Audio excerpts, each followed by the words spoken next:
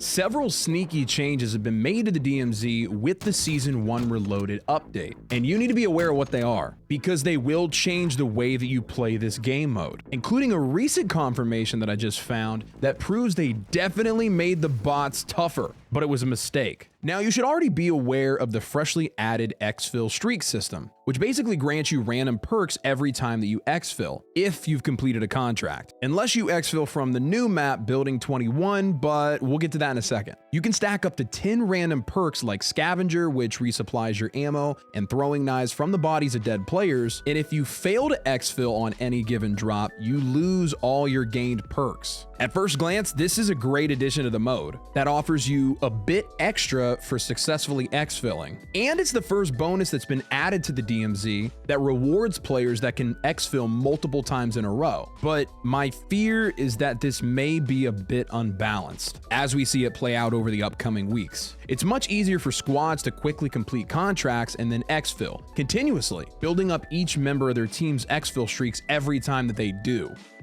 Up until now, the PvP combat has been pretty balanced, coming down to mainly gunplay and who can place themselves in a better position to get the kill, whether that's with vehicles or taking the high ground. It's over, Anakin!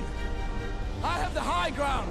But with perks being added, especially up to 10, you could potentially come across squads where each player has 5 or even 10 perks. A Reddit user posted this image showing that he's already attained all 10 perks with Bomb Squad, Battle Harden, Strong Arm, Scavenger, Fast Hands, Focus, Cold-Blooded, Spotter, Quick Fix, and even Ghost. Like, bro, imagine a 3-man squad fully decked out with Ghost. Like, can we at least remove that one? I feel like that's gonna be just a bit too OP, but maybe that's just me. Let me know what you guys think about Ghost being added as an available DMZ perk down in the comments below. But regardless, these XFill streaks are 100% gonna be a lot more attainable for squads. And I know many of you, including myself, are solo players. So I hope I'm wrong, but I see this putting us at a massive disadvantage. I like the concept. This gives a player even more reason to survive and make it to XFill. I've talked a lot about what the DMZ needs to be better, and probably the biggest issue is not having that much at risk when you drop in. This will give us an extra system that we don't want to lose once we have it, increasing the risk of regular drops into the DMZ with the more perks you attain. But I don't know, maybe if we drop in solo with the squad fill option off, there should be an automatic free perk we get. That'd be nice. Probably not gonna happen, but it'd be nice. So far, the easiest method that I've found to quickly climb through the XFill streaks, especially when you're solo, is dropping in and immediately finding the closest hostage rescue contract. Since you complete this contract by carrying the hostage to an XFill chopper, of which you're able to extract on, this simultaneously completes a contract and allows you to get out, earning you a new perk. But if you got a better way to do this, please help us out in the comments. If you made it this far into the video, it's obvious that you're a highly intelligent super being that's also really into DMZ. I cover guides, leaks, and gameplay specifically focused on this mode. So take a second and consider subscribing. I know you pressed it. So let's continue. When it comes to the Season 1 Reloaded bots, I was going crazy, seeing as they were noticeably tougher, but there was no record of a change in the patch notes. We had no confirmation that these changes were even made until today. And apparently it was a big mistake. Raven Software made an announcement saying a change implemented in the Season 1 Reloaded update unintentionally resulted in base AI combatant difficulty being increased across DMZ. That was only intended for a specific area. We released a fix to address this issue. So no, you're not crazy. The AI did get a buff, but apparently the change has been fixed. So let me know if you guys notice a difference when you're playing today. But I'm also wondering what the area was that they wanted to add increased difficulty to the bots to. Another new change that you'll notice right before you begin a match in the DMZ is you'll see that there is now an option to choose the location that you want to drop into. This actually has more positive ramifications than we already know about with the Building 21 stuff. And I don't think most players are considering it. So for whatever reason, Infinity Ward decided against dropping Building 21, otherwise known as the biological lab,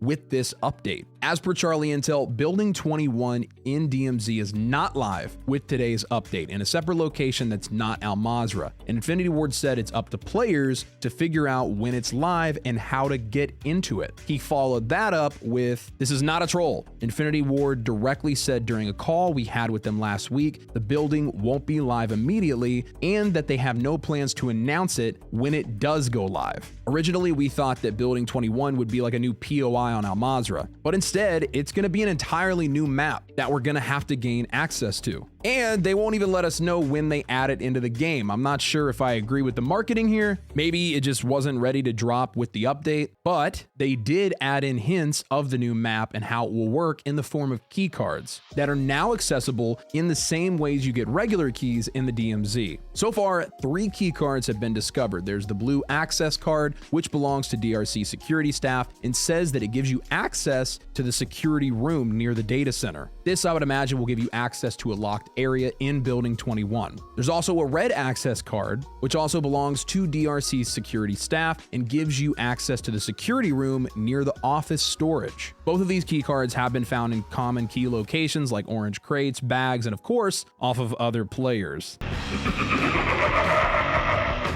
But the most important new key is the Building 21 access card. This says it's a single-use access card for the Defense Research Center, Building 21, which means similar to the labs in Tarkov, you'll need a new key every time that you want to go to this new map. The highest drop rate of this key is from downing the helo commander that spawns randomly on Al Mazrah and then looting it from the supply crate that he drops, or activating SAM sites around the map to shoot down supply planes and loot them from the supply crates. So my recommendation would be to focus on obtaining a few of these before they drop the new map, as you're probably going to need a new key to gain access every single time. And just like labs on Tarkov, I would expect this place to be a PvP hotbed, as well as a home to many heavily armored AI. This also means that the loot there should be much better. They've already stated in the COD blog that high-tier contraband can be found throughout the building. And we know that anytime you successfully exfil from this location, a new perk will be added to your streak. And I also wonder how the exfils are even going to work here. We don't even know yet if the biolab is a completely interior map or if it maybe has roof access for the choppers to land and pick us up. Either way, this is going to be a fresh new experience for the DMZ, as Al Mazrah is pretty wide open and it's a massive map. And because you have to obtain a single-use keycard to even access it, I would really like to see them try out a persistent map, meaning a map that is always live and doesn't wait for enough players to begin a match. You just drop in at will. So other players could already be there completing objectives or exfilling at all times. I feel like this makes so much more sense given the circumstances of how you access it. But really, like I said earlier, Building 21 isn't even what I'm most excited about when seeing the new menu option to choose your location you drop into. What I'm excited about is that this means there's multiple locations planned. With the biolab already guaranteed and the leak we already discussed in a previous video of what looks to be the map for Season 2 with the castle from World at War as the centerpiece, we're already on pace to have 3 DMZ maps in a relatively short amount of time. And not only that, but the maps will range from massive open world set pieces like Al Mazrah to smaller resurgent style maps like the one from the leak, and even fully interior buildings from what it looks like we're getting with the biolab. The diversity of location will definitely help the DMZ from getting stale, especially if all these areas come with map specific missions and contracts. But now we're speculating. Another new feature is the plea for help. This allows a downed player to request to join an enemy that killed them. Even if you're fully down but you have squad mates that are still up, you can use this feature. The only issue that I see is if your entire squad is fully downed, you cannot use it. So if you're solo, you're all that you have in your squad. If the enemy team downed you all the way, you will not be able to come back. I'd really like for them to extend the plea for help to work in this scenario, as most of the time, players aren't going to stop while you're in last stand.